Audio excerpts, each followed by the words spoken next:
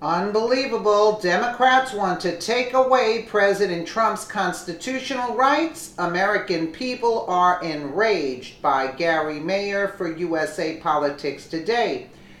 Things being that they are, let me get this straight. One country on the planet has explicitly debilitated to assault and kill a large number of individuals in 3 different countries by hitting them with atomic weapons, and the president reacted by saying the U.S. won't remain for that. And the Democrats are jumping distraught at Donald Trump. The fake news industrial complex has guaranteed that an all-day, everyday news cycle is committed to the obliteration and delegitimization of the Trump administration, and now the Democrats are chipping away at their congressional end to guarantee that every last declaration, law, bill, request, or demonstration of the Trump plan is crushed in total disobedience of the American individuals. The most up-to-date activity by the Democrats is an endeavor to tie the hands of both the president and the Secretary of Defense by refusing them to defend and protect the United States. The Democrats have considered themselves all the more remarkably met all requirements to make careful decisions in the interests of the military by legitimizing the presentation of a bill that won't enable our officers or the president to arrange a first strike for the situation that North Korea is arranging an impending strike.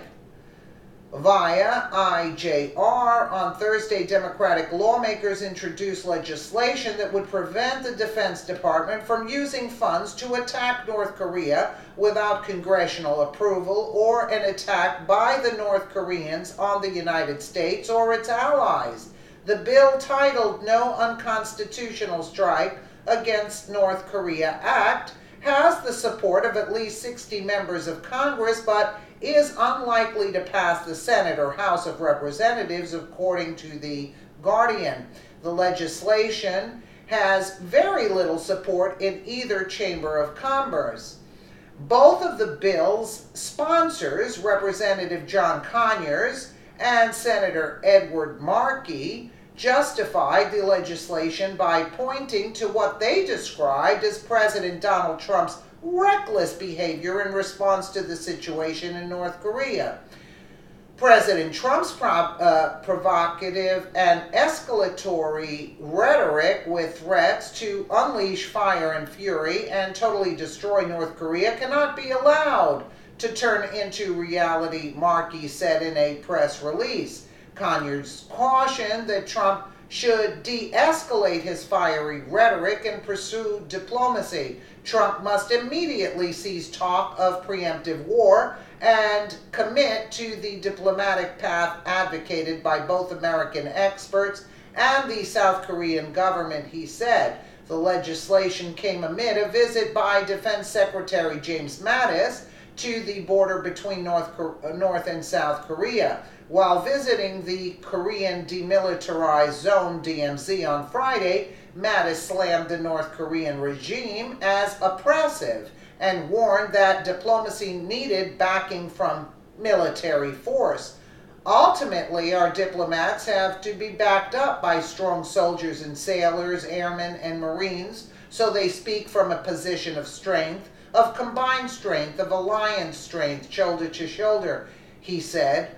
Earlier in October, Senator Chris Murphy suggested that Congress should condition a preemptive strike on congressional approval. Now it's time before it's too late for Republicans and Democrats to make clear no preemptive strike against North Korea can happen without a vote by Congress, he tweeted.